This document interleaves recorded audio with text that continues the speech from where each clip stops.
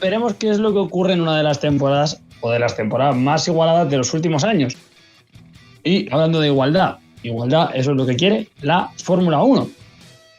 Que, y no es casualidad, que yo lleve una camiseta de la NFL, de fútbol americano, y es que ha comentado la Fórmula 1 que su objetivo es parecerse a ligas como la NBA, como la NFL, en las que puede ganar cualquiera, en las que los equipos se regeneran, en las que los equipos de abajo en un solo toque de draft se colocan peleando por los puestos altos, como le ha ocurrido a Memphis y demás, y eso es lo que quiere, o es el plan que quiere la Fórmula 1. Y esto nos abre un debate grandísimo y nos abre un montón de preguntas. La primera, ¿hay que comparar o se puede comparar un modelo tan complicado de ejecutar y tan bien hecho a la perfección, no porque me guste a mí la NBA, sino tan bien hecho y tan bien llevado, pero a la vez tan de detalles, de contratos, de sueldos, de cómo traspasar, de draft, como es la NBA, como es la NFL, a otros deportes? ¿O es imposible ese tipo de modelo de gestión? Esto es un tema muy interesante y además que lo podríamos detallar muchísimo, porque ya hemos dicho en este podcast en más de una ocasión que la NBA es el modelo de negocio a nivel deportivo en el que todos se deberían fijar, tanto en baloncesto en otros países como en fútbol, como en todo, porque creo que es el modelo perfecto o casi perfecto para gestionar una competición deportiva. Pero es que en la Fórmula 1 ahora mismo el hacer cualquier cambio supone un reto. Lo hemos visto con toda la controversia que levantó en su día las carreras al sprint, con toda la controversia que ha levantado en este momento el cambio de formato de las carreras. Así que tú imagínate hacer un cambio radical, equiparando sueldos, equiparando los repartos económicos, apostando por dar más a los que menos tienen y los equipos que están arriba que puedan pasar a estar abajo la temporada siguiente y demás, y que todos tengan las mismas oportunidades de poder ganar un mundial, y que podríamos ver un Haas ganar una carrera, un Alpine pasar de estar el último equipo de la parrilla a estar el primero, el segundo, tal, un Aston Martin que puede estar tanto arriba como abajo en 2 años, tal. Sería muy complicado de establecer un modelo así, sobre todo de golpe. Y además, no sé si ha sido en un clip de vídeo que he visto de Soy Motor o alguna entrevista de Antonio Lobato que lo decía. Es que no es lo mismo un deporte como el baloncesto en Estados Unidos, que ya tiene ese modelo de gestión de la NBA marcado, una Kings League, que ha sido lo que ha roto los esquemas deportivos de Europa, del fútbol y demás. Pero tú ahora mismo vete a la liga de fútbol profesional, por ejemplo, o a la ACB o a cualquier otro estamento deportivo, y cambia de golpe su forma de funcionar, que a nivel institucional quizá lo puedes hacer o no, depende cómo seas a nivel de organizador, pero de cara al público, de cara a la gente, sería muy difícil de entender un cambio tan drástico. Así que si vemos cambios en la Fórmula 1 como los estamos viendo, van a tener que ser poco a poco y van a tener que ser un poco con el visto bueno de la afición, con esa acogida o no acogida que tenga, y como siempre decimos, valorando siempre mucho el money in the bank. Así que bueno, se me hace raro que pueda cambiar radicalmente el modelo de gestión de la Fórmula 1, pero poco a poco iremos viendo cambios, imagino.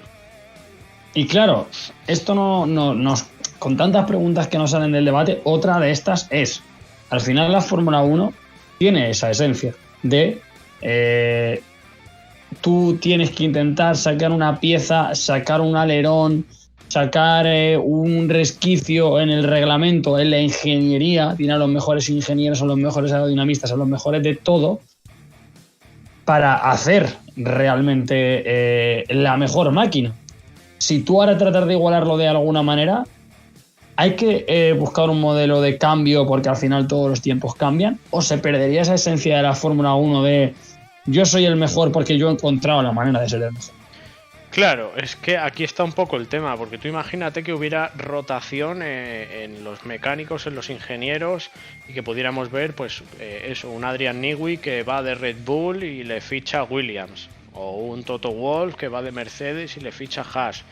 Sería un batiburrillo un poco difícil de ver a día de hoy con la mentalidad que tenemos y con la forma de ver de la Fórmula 1. igual pasa con los pilotos. Si hubiera libre mercado para decir, no, es que vamos a darle dinero a Haas para que pueda fichar a un Verstappen, es que es muy difícil y quizá perdería la esencia de lo que tú dices, del equipo que mejor trabaja o el equipo que más se busca la vida para dar con la tecla de que esta pieza funcione y haga la diferencia en el monoplaza, pues se perdería un poco ese toque especial y ese toque que tan divertido es de cara a los ingenieros, de cara al espectador, el decir, oye, pues es que el caso de Aston Martin que estábamos comentando ahora, pasa de ser uno de los equipos que está en la mitad baja de la tabla, que no termina de arrancar, a no sabemos con qué tecla han dado, pero en su conjunto han dado un salto de 5 puestos en la parrilla y se han plantado los segundos en la clasificación de constructores. Han hecho 3 podios en 3 carreras y son los únicos que regularmente se han mantenido con los 2 coches más o menos adelante, así que perderíamos eso. A mí no me disgusta el modelo tradicional, por decirlo de alguna manera, de la Fórmula 1. Sí creo que deben adaptarse y sobre todo darle una mejor forma a las carreras al sprint, porque creo que en MotoGP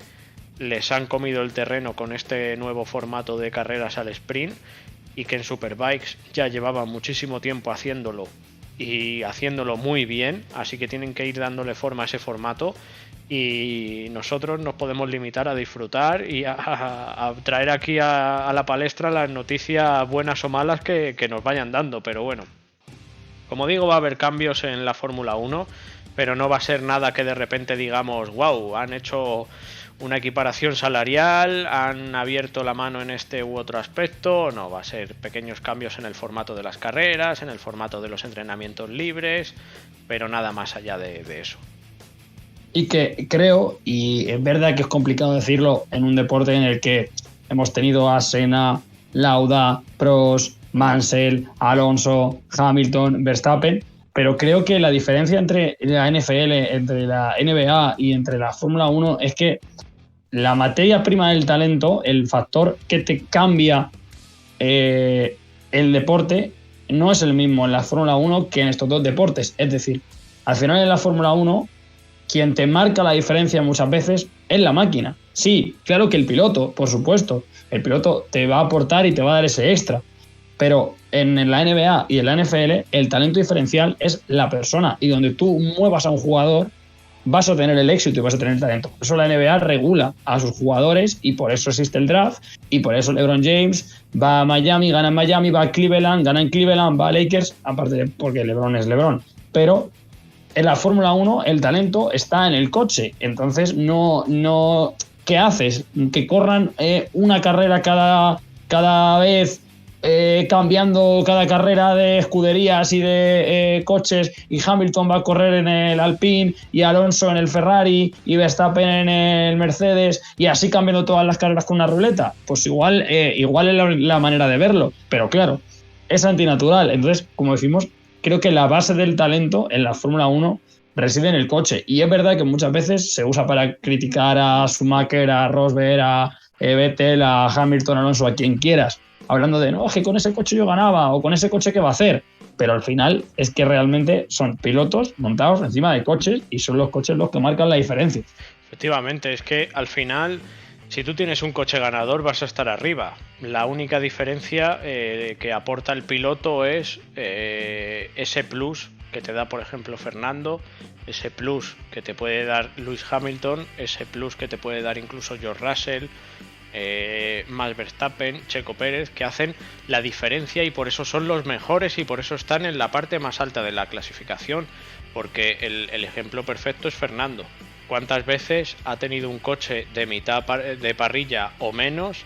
y ha estado luchando por podios y ha estado luchando por victorias, sobre todo en esas temporadas de Ferrari en el que el coche no corría, no funcionaba, y aún así Fernando le daba ese plus para estar luchando con los mejores y en 2010 luchando por el Mundial, en 2012 luchando por el Mundial y mantenerse en la zona más alta de la carrera. Con el McLaren Honda el coche no estaba ni para puntuar y él intentaba dar siempre el 100%, no, el 120%, y meter el coche lo más lejos posible en clasificación. Luego en carrera intentar dar todo por el todo para llegar a los puntos, y aún así no lo conseguía. Pues la diferencia de esas 2 décimas te la da el piloto, pero el resto es todo del coche, porque si Verstappen a día de hoy, en vez de llevar un Red Bull, llevara un Haas, no estaría muy lejos de donde están los pilotos de Haas. Quizá estaría un poquito más arriba por ese diferencial, pero no estaría ganando las carreras a 40 segundos de sus rivales. Si Hamilton, en vez de haber tenido ese Mercedes dominante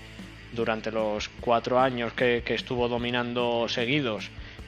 hubiera tenido un Renault, hubiera tenido otro coche, pues no hubiera estado en esa posición. Esto es así, gustará más, gustará menos, pero es la realidad.